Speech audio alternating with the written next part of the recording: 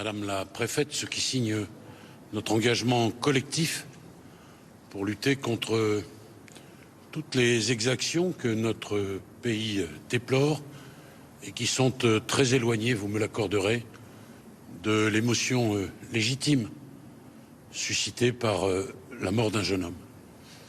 J'ai signé hier après-midi une circulaire et alors que l'encre n'est pas encore sèche, elle est déjà appliquée ici à Créteil et elle le sera partout en France.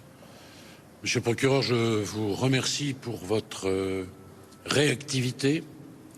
Je veux remercier de façon plus générale l'autorité judiciaire pour la façon dont cette circulaire est d'ores et déjà mise en œuvre partout sur le territoire national. Circulaire classique à certains égards, nous multiplions évidemment les contrôles de véhicules, les contrôles d'identité, circulaire qui appelle à la fermeté chaque fois qu'on s'en est pris aux personnes, chaque fois que l'on s'en est pris, pardonnez-moi, aux biens. Circulaire qui permet évidemment d'envisager des mesures pour éloigner les fauteurs de troubles du quartier où ils vivent quand des exactions ont été commises dans ce quartier. Circulaire qui préconise également que les mineurs ne pourront plus sortir la nuit. Et enfin, des choses qui sont inédites, qui sont novatrices. La première, c'est d'aller chercher chez les opérateurs les noms, adresses IP dans un premier temps, et non ensuite de ceux qui communiquent pour aller créer le désordre. Plusieurs qualifications peuvent être envisagées, dont celle d'association de malfaiteurs ou de complicité. Je veux que la jeunesse sache de façon claire que les procureurs de ce pays iront chercher l'identité des utilisateurs des réseaux, notamment Snapchat, qui sont pour ces jeunes un vecteur de communication pour donner le lieu, le moment et la cible de l'agression. Que personne ne pense que derrière ces réseaux sociaux, il y a l'impunité. La deuxième chose, c'est la responsabilité des parents. Deux axes, une responsabilité, j'allais dire, civique, morale, ordinaire. Les parents doivent assurer l'éducation de leurs enfants, tous les parents le savent. Les parents ont des droits, ils ont des devoirs, et aussi, si ce n'est pas suffisant, une obligation légale. Pourquoi ? Parce que pour tous ceux qui sont en capacité, et c'est très important cette nuance, d'exercer l'autorité parentale, nous exigeons qu'ils tiennent leurs enfants. Et il existe une infraction que le code pénal punit de 2 ans d'emprisonnement et de 30 000 € d'amende chaque fois que les parents, par leur désinvolture coupable, mettent en péril l'éducation, la moralité et la sécurité de leurs enfants. Il n'est pas normal, mesdames et messieurs, que des enfants de 13 ans traînent dans les rues pour aller piller des magasins, des bijouteries ou saccager des mairies, des commissariats, des tribunaux. Il faut que ça s'arrête et nous serons tous, je dis bien tous, au rendez-vous des obligations qui sont les nôtres. Je veux enfin dire que la justice est mobilisée, qu'elle est présente, que tous les personnels méritent qu'on leur rende aujourd'hui hommage et que dès lundi, je serai devant le Parlement pour faire en sorte que la justice de notre pays dispose des moyens dont elle a impérieusement besoin. Je vous remercie.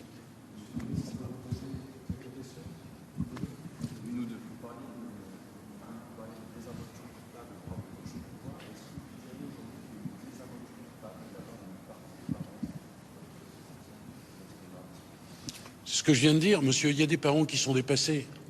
Vous savez, la maman qui travaille de nuit parce qu'elle doit nourrir sa famille, on ne peut pas lui en vouloir si la nuit ne peut pas surveiller ses enfants. En revanche, et comme je le dis, les parents qui sont en mesure d'exercer leur autorité parentale, qui ne l'exercent pas et qui laissent leurs gamins filer dans la rue pour aller commettre des exactions et qui parfois même profitent de ces exactions, alors cela mérite d'être puni. Il faut remettre les choses dans le bon ordre. Les gamins de 13 ans, ils n'ont pas à traîner dans la rue, c'est clair. Ils doivent être chez eux et j'espère que le message sera entendu. Et ici, vous voyez, on est passé de la circulaire à l'application. Action, réaction. On va donner aux parents un texte simplement écrit qui rappelle qu'en cas de défaillance coupable, il y a à la clé 2 ans d'emprisonnement et 30 000 € d'amende possible. Il est impérieux que les parents qui agissent avec beaucoup de légèreté soient rappelés à leurs obligations. Dernière question, s'il vous plaît.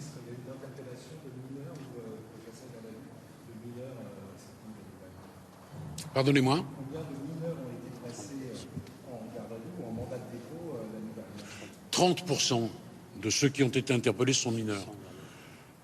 De 13 ans jusque, naturellement, un peu moins de 18 ans, la moyenne étant aux alentours de 17 ans. Si vous voulez demander à monsieur le procureur quels sont les chiffres précis qui sont ici, j'ai une remontée globale des chiffres, naturellement, parce que j'ai organisé hier une réunion avec les procureurs généraux de notre pays pour qu'ils me remontent l'ensemble des chiffres. Mais vous comprendrez que les condamnations, par exemple, nous ne les avons pas toutes, parce que, comme vous avez pu le constater au décours de cette visite, on est en train de travailler et tout n'est pas encore terminé. Il y a les déferrements, mais il y a aussi antérieurement les gardes à vue, puis les déferrements, puis les condamnations quand la culpabilité est retenue. Donc je communiquerai l'intégralité des chiffres dans les heures qui viennent. Vous aurez tous les détails sur cette question. Merci beaucoup. Merci beaucoup. Merci beaucoup. Merci beaucoup. Le profil des émeutiers, ce qui me frappe peut-être, c'est qu'ils sont très jeunes. Quel est le profil de ces émeutiers qui ont été arrêtés ou qui a touché aux parents qui sont très jeunes? Mineurs très jeunes. Et puis, vous savez, il y a aussi un phénomène que l'on connaît, que les psychologues ou les criminologues décrivent, et qui s'appelle l'effet de meute. Ce ne sont pas des mots que j'ai inventés. Plus il y a de jeunes, et plus il y a une espèce d'émulation, et plus les limites sont repoussées. Donc il est impérieux que les gamins, je le dis fermement, restent chez eux la nuit. C'est la place des enfants que d'être auprès de leurs parents et pas dans les rues en train de divaguer, de casser, de fracasser des services publics qui sont, je le rappelle, notre bien commun. Ce sont leurs parents dans les quartiers qui sont dévastés qui sont les premières victimes de cela. Quand on n'a plus de mairie, qu'on n'a plus de commissariat, qu'il n'y a plus de grandes surfaces, qu'il n'y a plus de bureaux de poste, qu'il n'y a plus de crèches, est-ce que les gamins, on peut leur mettre dans la tête, quand on est parent, que quand ils vont dévaster une crèche, ils pénalisent leurs propres frères ou sœurs plus petits? Est-ce qu'on peut avoir ce discours pédagogique? Moi, non seulement je pense qu'on peut l'avoir, je pense qu'on doit l'avoir, et que si ce discours n'est pas tenu, alors il faut rappeler les parents à leurs obligations, même à leurs obligations légales. Merci beaucoup. Merci beaucoup.